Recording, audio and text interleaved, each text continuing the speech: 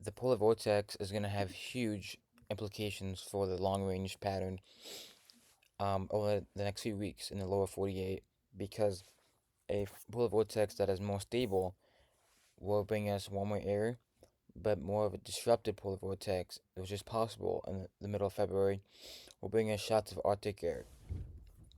Now, what I'm showing below is the mid-level heights, which is trying to show if there's any blocking that's going to happen in Canada over the next week or two. And as we get to the middle of February, um, there's not much blocking at all up north. Um, it's actually a lot of troughing. These blue, greenish colors show a lot of troughing, and that's not very favorable for Arctic air over the Midwest or the Northeast. But there is some ridging, which is these reddish colors, in portions of the Gulf of Alaska that is allowing some troughing to occur across the western portions of the U.S. Now, this would bring in an active pattern to, to the lower 48, to the Midwest in the middle of February, but there's not a lot of Arctic air that would go around with this. But this model also only has a displacement of the polar vortex. This below is the stratospheric temperature, the temperatures, and as we get to the middle of February, when it loads, um, there is a lot of stratospheric warming up north in Canada, but the problem is it only has a displacement, and that displacement has them dark blue, purple colors on the other side of the globe. But over here, it's keeping us warmer up in the lower 48. So this would bring a mild pattern in the middle of February. But then if you go to the some other model to show the stratospheric temperatures, this is the GFS model. It has more of a split polar vortex, easily shown.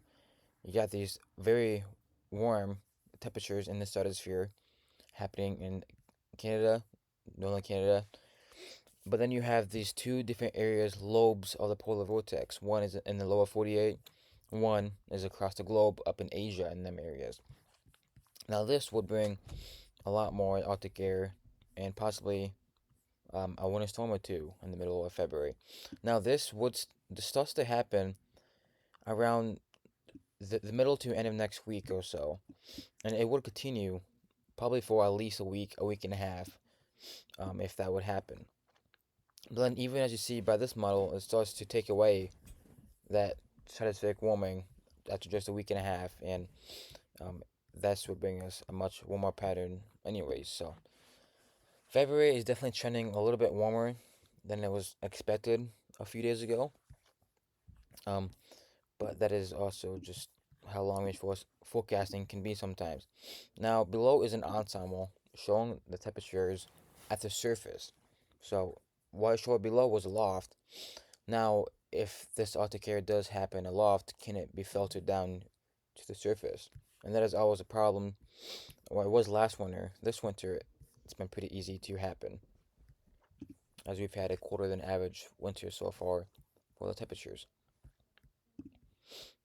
Now, these are the temperature um, from average for this weekend through next weekend, and they are pretty far above average, up to 15 to 20 degrees above average across the plains and the areas, below average the further east you go. Now, as you get further through the middle of the month, because this model, well, the European model, does not have that split happening, the temperatures stay very warm for the middle of February standards. This is a huge difference just from 4 to 5 days ago. But then you go to this long range model. It's also trended a bit warmer over the last couple model runs. But if you go back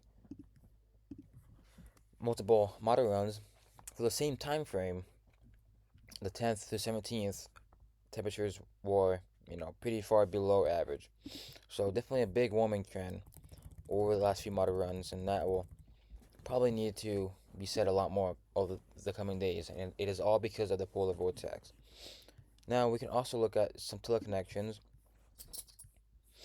Um, so the P&A is in a positive phase right now, and that is allowing that ridging to occur across the west, bringing us that northwest flow over the Great Lakes. Now, as we get closer to mid-month, the P&A goes to a negative phase. That's going to allow troughing to happen in the west.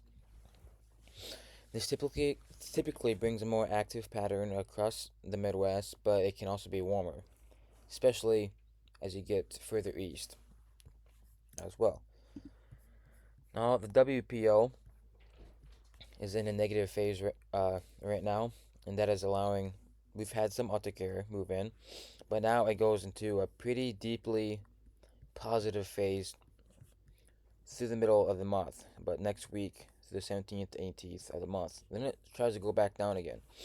But the positive phase is not very favorable to get Arctic air down to lower 48 because that means the polar vortex is pretty strong at that time. Now, the EPO, which has been huge for the winter for long range forecasting, right now it's kind of in a neutral phase, and then it heads to a positive phase as we get to next week or so. Now, a positive phase for the EPO doesn't favor Arctic air across the Midwest.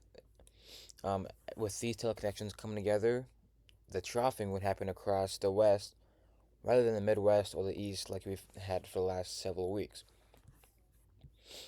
And if you go to a different ensemble model, it's the same thing. So, not a very cold pattern over the next couple of weeks of what we've been dealing with over the last 2 months or so. Now, at the surface, from operational model guidance, so not an ensemble, this is just one solution. This is when we try to look for a trough come in next week because when this polar vortex will either split or disrupt or do a displacement, um, there will be a trough that would likely happen in the United States next week, bringing a system or at least an active pattern. So as we get to next week, models are starting to pick up on this trough happening. This very dark blue or and purple colors across the west next week indicates a system that's starting to happen.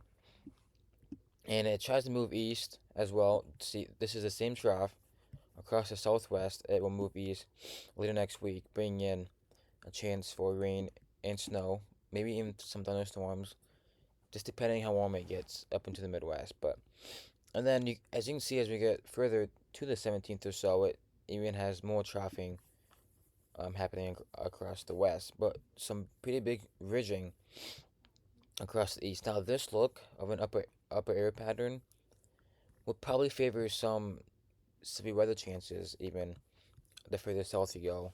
But this would probably bring a pretty big storm system of some sort. Snow on the north side, severe weather on the south side. This might also happen next week as well. But there's not a lot of cold air. There's not a lot of connection to the Arctic next week, so it's gonna be kind of hard to get a snowy system to happen. And what I'm gonna show now is the ensemble's snowfall totals through the middle of February, which isn't that great either. So this is through the middle of next week. Not much going on, but as we get to the second half of next week, models are starting to show a storm system the middle and next week, which I've talked about on Facebook for several days now. This is a pretty far north track. It's been further north, or shifting further north over the last couple of days. Lately, the storms have been further south. So this is definitely a new pattern that is coming in the middle of the month. That could get the people in the upper Midwest more excited for snow. And then as we get into the week after, so deeper into the middle of February, there's another system trying to show up on model guidance. But if you look altogether, it's definitely favoring the upper Midwest for snow chances because of that warmer air coming in. So obviously, these systems are going to track further and further north. Now, there's still a chance the polar vortex will split That's the GFS model solution, which I'm not favoring right now. But if this split does occur, then much colder air will begin to move in the middle of February, and long range ensemble guidance will begin to shift back south. I meant shift back colder, just like a few days ago on the temperatures from average. But as of now, there's been a trend for warmer than average temperatures over the next couple of weeks.